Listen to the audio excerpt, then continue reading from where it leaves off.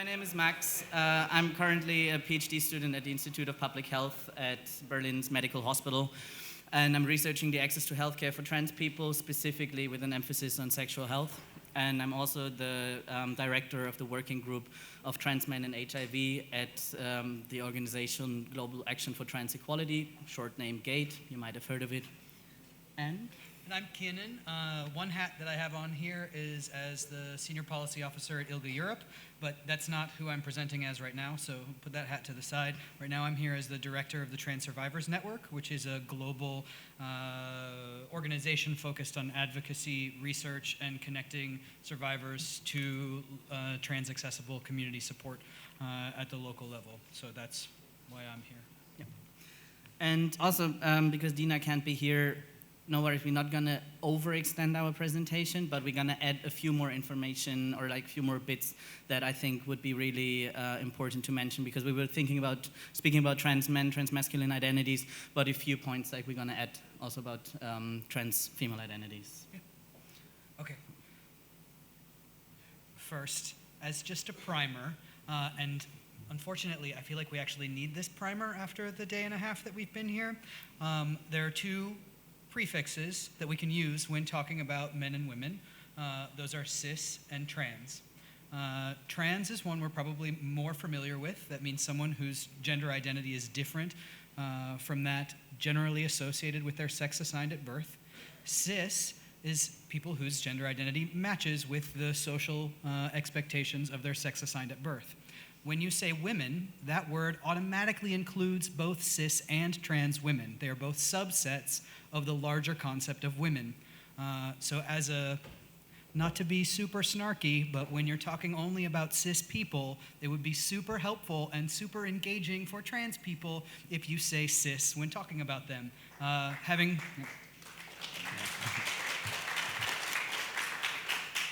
been in the room for a day and a half now and continuing to hear men who have sex with men, and you're only talking about cis men, it hurts. And it makes us not want to come to these spaces, which only exacerbates the problem that we'll talk about throughout our presentation. So, yeah, off the pulpit. Yeah, exactly. I mean, like trans and itself is like an umbrella term that can describe trans men, trans women, also trans non-binary identities. And we want to refrain from using the word transsexual because it can be confusing because of the suffix sexual, because it has nothing to do with sexuality. It's about gender identity, how I feel towards myself, and not how I relate to others. As well as, I mean, there is people using transsexual for themselves, which is perfectly fine. However, it has been also criticized from the trans community because it has been invented as a term to distinguish sick people from healthy people many years ago, so that this is why we stick with trans, because it's also the most inclusive term to have a few identities more in our presentation. And you might find in your work with or around trans people that the language changes a lot for us, and that's about us finally having the ability to connect enough to have conversations about language and what language is the least offensive. So I guess a kind of a request to bear with us, because we know that it can be confusing, and you may get corrected repeatedly even when you are doing what someone told you to do. That's more about us trying to figure out how to really adequately represent ourselves, not about criticizing other people. So just as a side note. Yeah. And what we're going to do now is actually like talk to you a little bit about why is it important to talk about trans issues in HIV research and prevention. It was in 2014 that WHO actually declared trans people as a high-risk population in regards to HIV. And if you look at current data, which is like the data from the so far largest study inclusive of trans people, is from the US 2016 trans study, that trans people are actually 5 times more likely to be living with HIV. Like this is 1.4% of all participants in that study compared to 0.3% of the cisgender mainstream society in the States.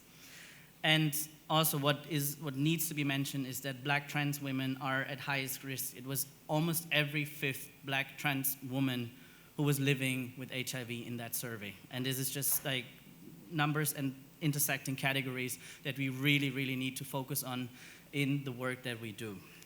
And also what has been proven now by several studies is that trans people are very often affected by low socioeconomic status. They experience discrimination in education, work settings, housing, and healthcare. Like in all, basically everything that concerns your daily life, trans people get discriminated against. And on a European level, it was more than 1 in 5 people, like 22% of the European trans survey, the participants reported that they were discriminated against by a healthcare provider. And the highest rates were found in Lithuania, Cyprus, France, Germany, and the UK. And the same experience was even made by more people in the US, with like 33%, like every third trans person experienced discrimination from their healthcare providers. And like speaking about HIV prevention, speaking about like care provision, this is something that also needs to be taken into consideration, that like not every healthcare provider, A, has the knowledge, and B, is also open for trans people. So something that we need to focus on.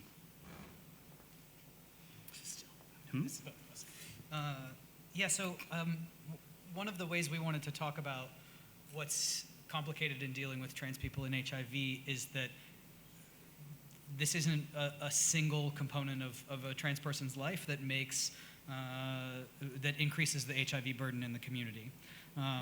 Transphobia as a structural element means that trans people are more likely to be living with mental health problems, engaging in sex work, using drugs or alcohol, having survived sexual violence or sexual abuse, facing barriers, as Max was just mentioning about, and are not able to be at the table where decisions about where money goes or what research takes place, where those conversations are happening.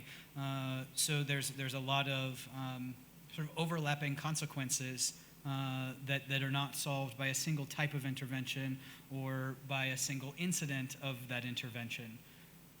Yeah, and I mean, also what I said in terms of socioeconomic status, like not having enough money can also mean, for example, I don't have the money to pay for my PrEP. Like Germany now finally made it to the stage that my health insurance is going to pay for it. However, it is still like co-payments that can occur that trans people may not be able to afford. Generally, like going to see a doctor if it is connected to some costs, even if it is just paying for public transportation. And that, again, elevated by the fear of, oh, I actually might experience discrimination when I go to that place. And the factor of sex work also intertwined with not having enough money to live, not having enough money to pay for housing or whatever it is another risk that is that just elevates the likelihood for HIV. And also, like the IMIS study just has shown that the participating trans men had the highest dependency in alcohol use. And if you look at the bottom line, or not the bottom line, but like if you look at the the last point on this slide, trans men have broadly been excluded so far. It is like really there were only few studies inclusive of trans women, but even less inclusive of trans men. And we talk about it a bit later on, with having similar risks would have been, for example, like many trans men are eligible for PrEP according to the CDC criteria, but we're just simply not included. So to take a moment and bring in a bit of what Dina would have talked about, this is a good moment to do that. Dina was going to present about the Amsterdam Trans Clinic, which is one Saturday a month, and is an integrative clinic with nurse practitioners, a doctor. They do some mental health care, they do hormones, they also do HIV and STI testing. I've been to that clinic once. It's a fantastic space because it's 60 or 70 trans people kind of sitting in the lobby at it's either Mama Cash or AIDS Fund's space. I'm not actually totally sure. Sorry. You kind of spend the whole day socializing with other trans people while you wait for the single doctor that you know will be accessible in all of Amsterdam. So it's great in that you get this social space, but what's happened in the past couple of sessions is they've had 100 people come trying to get care in a day from a single practitioner, and that practitioner stays until midnight. and then they're done, and wait a month, and maybe you come and you get service again a month later. There is a really large gender identity clinic in the Netherlands, and people are willing to wait an entire Saturday to get gender-affirming and sexual health integrative care in this space because of how bad that space is. So just to sort of speak about the role that discrimination and barriers in access to health play, we're making decisions about our humanity and our comfort in terms of how we access care, and that means that care ends up being in the unused space in a donor's office on a Saturday at 11 p.m. To be able to get that minimum care that generally one should be able to expect from a general practitioner or from the national system. They are doing great work, but it's on a shoestring, so if you've got excess money you want to throw somewhere, they could use an extra Saturday. Yeah. Anyway, that's my Dina soapbox. I think you're next. Yeah. Again. Oh, yeah, I am. So we wanted to talk a little bit now, sort of coming back specifically to trans men, about the social component of navigating safer sex for trans men who have sex with men. Before we go there, it's important to point out that there are, well, Max has referred to this, to the largest trans study that's been conducted, which was the 2015 US Trans Survey. In that study, 55 or 60% of trans men respondents engaged in some amount of sexual activity that was same-sex, either with other trans men or with cis men or some combination thereof. We wouldn't say that they all identified as gay, that those kinds of labels are complicated for trans people anyway, but somewhere between 50 and 60, apologies, I don't have the number on the slide, are engaging in some kind of same-sex activity. But trans men generally are not part of conversations about safer sex, are not part of conversations about how to negotiate sex, in part because within gay male spaces, a lot of that negotiation starts with male socialization, with being a child, being told that as a man you get to dictate the terms of your relationships. And trans men aren't told that as young children. So the negotiation process is unequal from the start. And there's that results in a really serious discrepancy in power dynamics. There are also a lot of interactions that trans men have with cis gay men that are about self-validation, about being seen as men by cis gay men, and it's used by cis gay men against us as well. And we'll talk about, I've got some examples of things a little bit later. But that impacts the power relationship between cis and trans men in navigating safer sex. As we've been talking about, there's very, very limited inclusion in HIV prevention campaigns. There are a couple of great campaigns out of Australia, but that's about all. And because of, again, sort of the socialization into gay male space, trans men are generally not part of conversations about the history of testing, the history of the importance of getting tested, of using condoms, of engaging in this process. It's not part of our narrative, whether we came from being in heterosexual women's spaces or in lesbian women's spaces. It's still a very different conversation that we're exposed to. Yeah, I mean, like generally, also what EMIS has shown is that trans men were the cohort that was least likely to get tested for HIV, least likely to get tested for STIs. Also, in terms of the safer sex negotiation skills, to learn how to say no, or to learn, like, to really step up for my needs is something that I did not learn. Like, I was always being told, no, you're good. Like, shut up and you're good, more or less.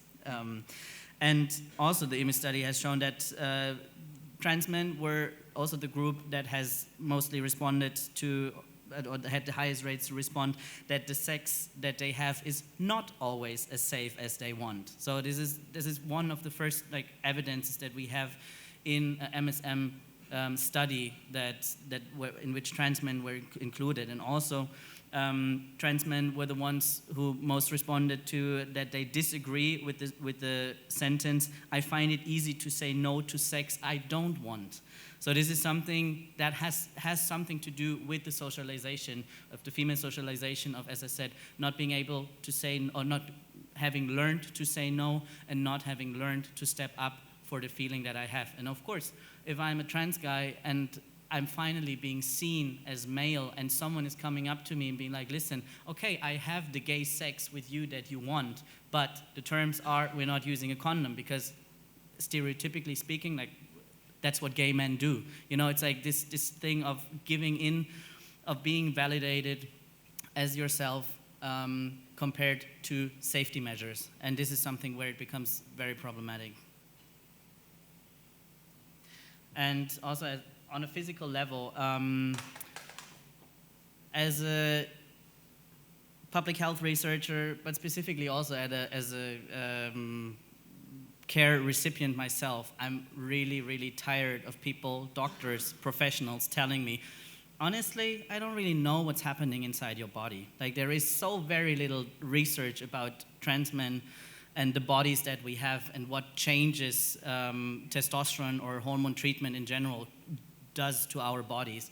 And the little research that has been come up yet was that, for example, trans people with vaginas who are on testosterone, who are using testosterone, they often suffer from genital or vaginal atrophy. That means they don't get wet in terms of when they have sex. So this may easily cause little fissures when they're having sex and not using lube, for example. It also has been shown that there's a general change of the tissue, like vaginal genital tissue becomes thinner. That is also an increased risk for STIs.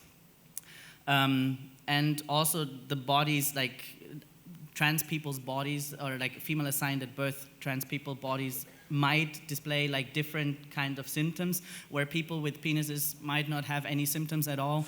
People with vaginas are more likely to have certain symptoms, and they might also change. And something that also really needs to be taken into consideration when talking about PrEP, and then saying like, okay, this sex is like safer sex. If I had to choose, like, I don't want to say if I had to choose, but like HPV is something that can still kill me. There's still something like HPV is like the 70% cause of cervical cancer. And just take this together, like if you don't have access to healthcare, access to healthcare, preventive care, you don't get checked frequently, but you engage in risky sexual behavior, like it comes down to a really like problematic situation for trans people. And at the same, oh, sorry. I had one more bit on that. Sorry. Can we go back? Is there a back? Yeah. Okay, great. And the piece I wanted to say about the last bullet is that there is an overlay of this different display of symptoms in an individual's experience of dysphoria, which is the psychological distress associated with having body parts that don't align with your concept of yourself. Right? So for trans men who have and use their vaginas for sex and get an STI, such as chlamydia or gonorrhea, that results very frequently in bodies that have vaginas with vaginal discharge. And vaginal discharge can dramatically increase the dysphoria of the person with the vagina, because maybe they're able to ignore the vagina most of the time, but now it's spitting out smelly stuff, and that it changes that relationship and can increase not only the problem that is having that symptom, but also make it so that they attempt to ignore it longer, or that it means that they change the way that they interact with sex as a result. And we've been talking a lot about sex and pleasure, and when one of the risks is that you may have sex that you enjoy, but the consequence is that you get an STI that makes you psychologically break down, pleasure is still not part of that conversation. It's not just about will I get a deadly disease in this one box, but will I get exposure to something that could be deadly for me for a whole other reason, being a relationship with my psychological health, and leading to suicidal ideation or suicide attempts, because one isn't able to sort of turn off one's memory that one has a vagina in the first place. So it's a much more complicated conversation for trans men. I want to go over to the theme of this summit, not trans men, but trans men in PrEP. So what is known so far, but also only based on research with cisgender women. There is no research been done on the effectiveness of PrEP in trans men. That we know that the shield of PrEP builds up differently in vaginal or front hole tissue versus anal tissue. And the changes that I talked about just before of vaginal tissues in trans men, and if there is an influence of the effectiveness of PrEP, no one can tell me. When my doctor prescribed me PrEP, he said, I think it works, but there is not 100% guarantee. And this is what I have to live with, of there is no guarantee whether or not this medication is effective in my body or not. And also there was, this is basically hot off the press, a recent study that was inclusive of trans participants and out of the use of PrEP. It's a study coming from the States. And out of all participants, 24.3%, so almost a quarter of all participants, actually fulfilled the CDC criteria for PrEP eligibility. Out of these 24, 82.2% saw a healthcare provider in the year prior to the study. Out of those, only, again, 64.9% had been actually tested for HIV. 33.9% had been given information about PrEP. 32.3% received a prescription for PrEP, and the last point is 10.9% were taking PrEP, and those 10% are out of all persons who were eligible for PrEP. So out of these 1,808 participants, only 10% or almost 11% actually were given PrEP. And Sindra mentioned it yesterday that in the States there's about 1.2, 1.3 people are eligible for PrEP, and 250,000 people are using PrEP. So this is 1 in 5, which is still not enough. It's still not all people receiving PrEP, even though if they are eligible for it. And here it's one, every 10th person eligible for PrEP actually receiving the medication. So you see that there's also a big disparity in those numbers. And this can be somewhat accounted to several barriers that trans men face when they actually seek healthcare or sexual health care. And one problem is, you saw it before, trans men are not being included in studies. It's not only the HIV research that has been done that is not inclusive of trans men, but it also most PrEP trials that have been done so far did not include trans men because of, I don't know if it's a stereotypical assumption that only people with potential penises, and even some trans men do have penises, are eligible. I don't know what the reason is behind that, but there were no trial, or there's not many trials that were inclusive of trans men so far. There is huge absence of data, we said that already, about the risk and vulnerabilities of trans men, and it is also somewhat unclear which criteria, should we just take the CDC criteria, or is there actually other criteria that we should include, because based on changes in tissue and so on, maybe there's other criteria that should be taken into consideration. The potential cost for testing, medication, also co-payments, I already said it, is a barrier, and also the lack of competent and affirming testing facilities. The IMIS study has shown that out of those trans participants who did not get tested for HIV before, half of them, they did not even know where to go to get tested.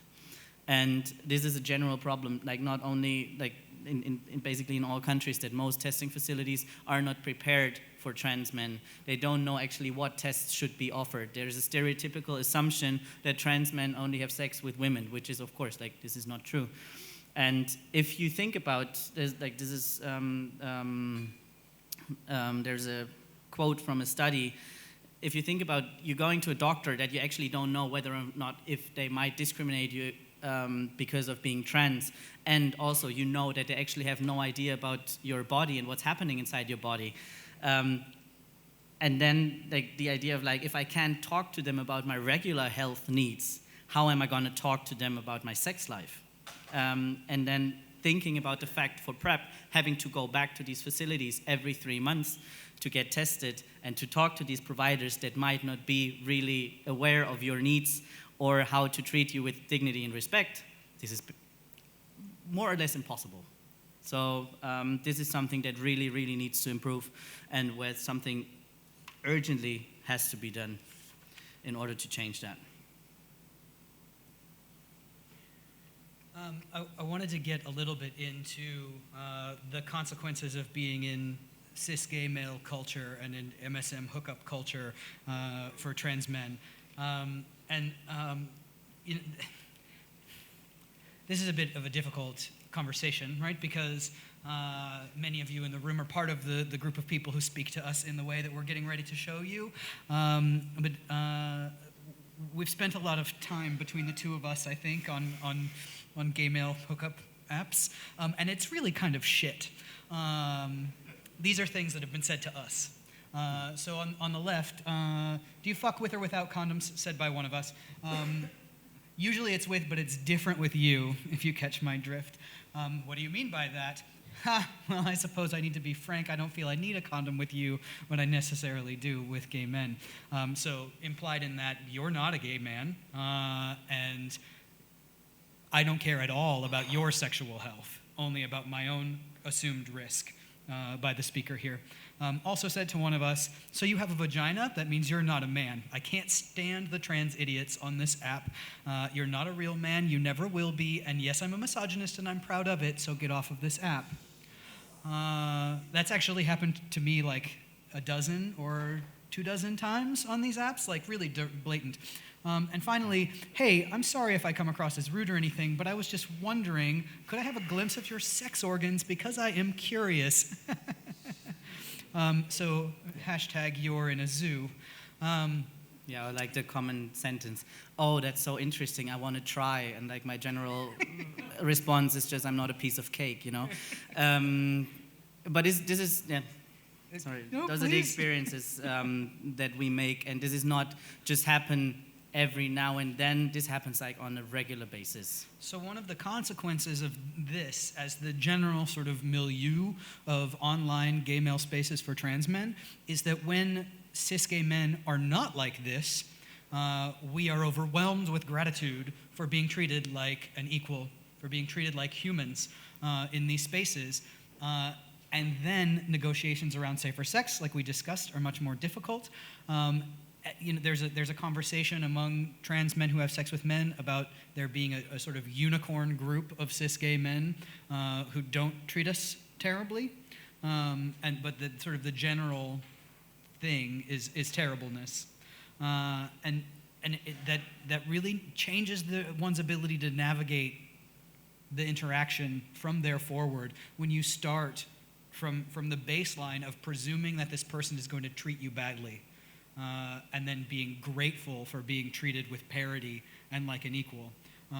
So that's a component of this conversation we really need to have when talking about STIs and about HIV among trans men, is that we are coming from a position of gratitude in essentially every interaction with cis gay men.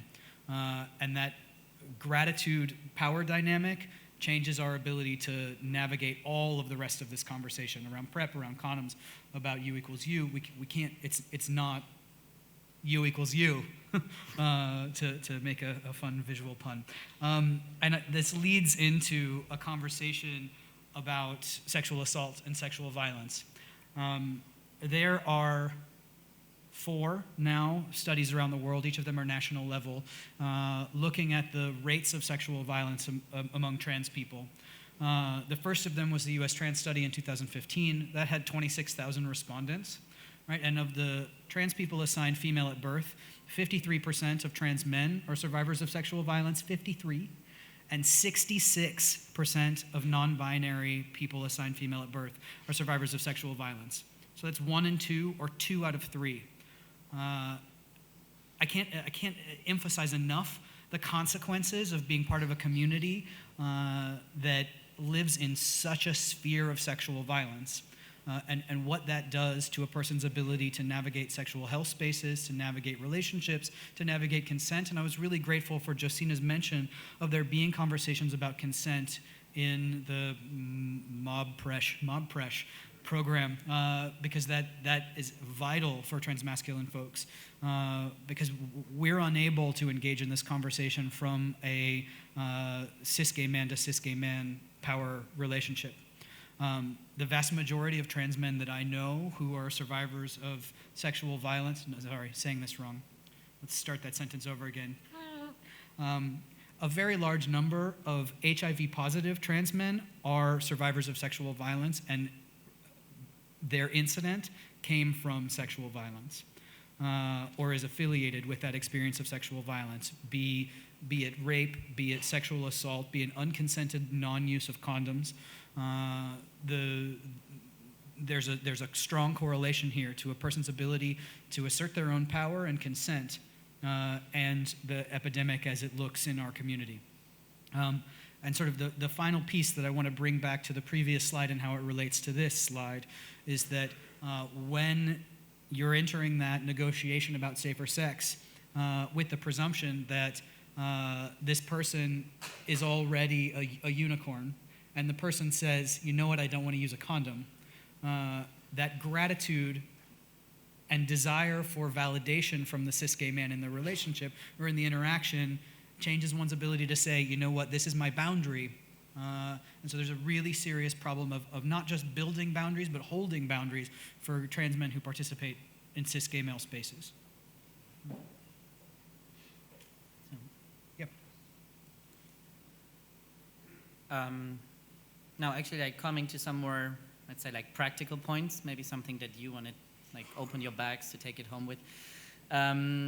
First of all, like one really, really, really important thing is like as a researcher, as a care provider, as whoever you are in this room, please don't have any like stereotypical assumptions about trans people. Like if you have questions, you may ask, can I ask you a question? So that the person can still say yes or no to that. Because I'm not always up to being asked questions, but sometimes I am. So, but as I said, like trans men don't always have sex with trans women. Don't always have sex with cis women, and the other way around. You know, it's like we are a very diverse community with very, very individual life experiences, with very individual desires, with very like individual sexualities that we live, and there is no such thing as like the trans guy or the trans woman or whoever, you know. On language, the model coming out of trans provider spaces these days is use the name of the thing that your patient uses for themselves. So instead of diving into a conversation with the service user speaking about penises, vaginas, clitorises, anuses, ask, how do you want me to refer to this part of your body? Before engaging in the conversation about that part of the body. But another way that is useful for interacting with trans patients is to make offers of services based on body parts and let the service user decide what service they need. So, for example, there are different testing methods for gonorrhea and chlamydia depending on the body type that you have, or different efficacies of those testing methods. And say, if you have this body part, you can take this test. If you have this body part, you can take this test. And the service user knows what they have and doesn't actually need to tell you or need to have that conversation. And you certainly don't need to decide for them. They can make that decision themselves. And that ends up being a lot more empowering and makes them engage in taking services that they need more frequently than if you say, I know what your body looks like, one, that assumption isn't useful, and two, that means that I know how to speak about it, what to call the test that you need, etc. We can talk about body parts without presuming that the patient has or doesn't have those body parts, and allowing the patient to sort of lead on that conversation. And it ends up being a much safer space for trans people. Yeah, and it also, like, at the same time, depending on how sampling is being done in that specific clinic, like some doctors do it themselves, some people just get like self-sampling kits and do it in the bathroom by themselves.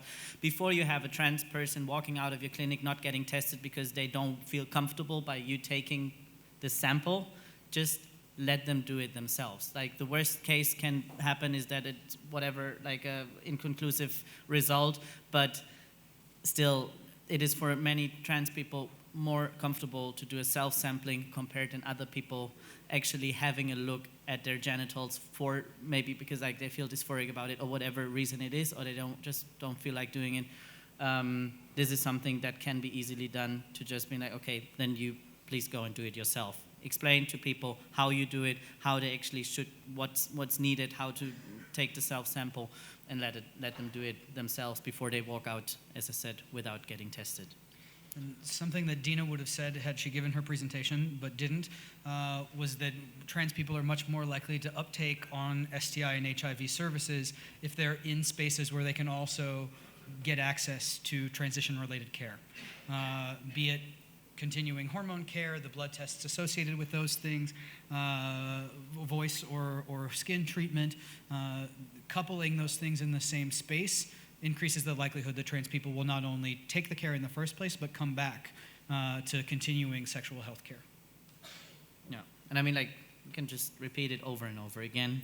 Inclusion in research and data collection, and this, like, in an appropriate way of, like, reach out to the community, have community leaders helping you to set up your questionnaires or whatever, how you do your research, and ask them, what do we need to ask? Like, don't make the assumptions that this is how it's been done. Like, there's great examples that you can also find, like, by now online, or research projects that have been done, but it's always a good thing to include the community when you set up a research project.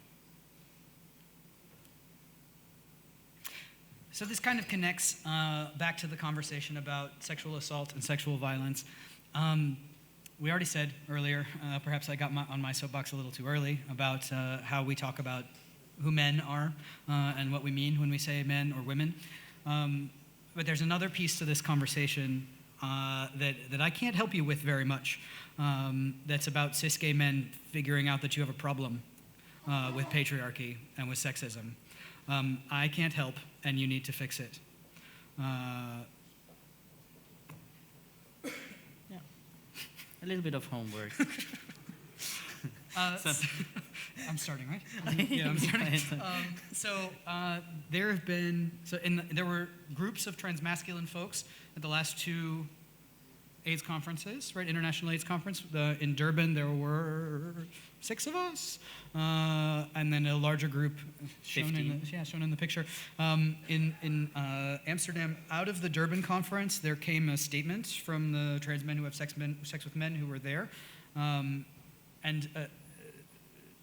is that on the resources list? I don't know if it's on the resources list, but it's on GATE's website. Exactly. If you look for GATE or like Global Action for Trans Equality, the Durban statement can be downloaded from that website. But the thing that I think is the most important thing to point out about both of these conferences is that in Durban there was one presentation in the main program that talked about trans men, and in Amsterdam there were 0. There was one trans male presenter on the program, but it wasn't actually about trans men. There's no inclusion in these spaces. And in both cases, we've sort of carved space out for ourselves.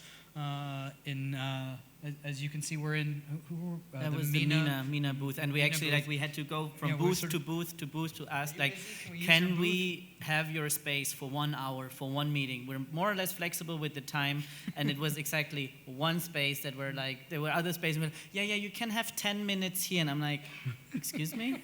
Like, and, yeah. Yeah, so it's meant that for us to even have basic conversations is really difficult. And to bring the things that we brought to this table, AIDS conference isn't interested. Those 1 and then 0 presentations are not because there weren't submissions, it's because they weren't brought into the program. So there needs to be a discussion about why we're not interested in this conversation and how to get the conversation into spaces like this. Yeah. I mean, like, this year has been fairly active, I would say. In April, we actually founded the group Trans Men, like the working group Trans Men and HIV by Global Action for Trans Equality, and a few of us attended the IAS conference in Mexico City, and it actually, like, you know, I went to this conference with not many expectations. I already knew that it's going to be a painful, tiring conference, and it was just like a maybe self-fulfilling prophecy.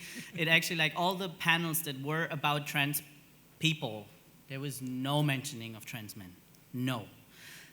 Most panels were just a bunch of cisgender people who can still do great research about trans people, but it would have been nice to actually have trans researchers or trans people, people from the community, speak on our behalf. And we exist. There are, like, we got the comment that, oh, there are no trans researchers. And I would say, like, if you live in the global north, I'm 100% sure that I know that we exist, you know? And even if you include the community, make sure that you apply for funds to have the community go with you to the conferences and to actually have them on the panel with you, because, like, without trans people, you potentially couldn't do whatever.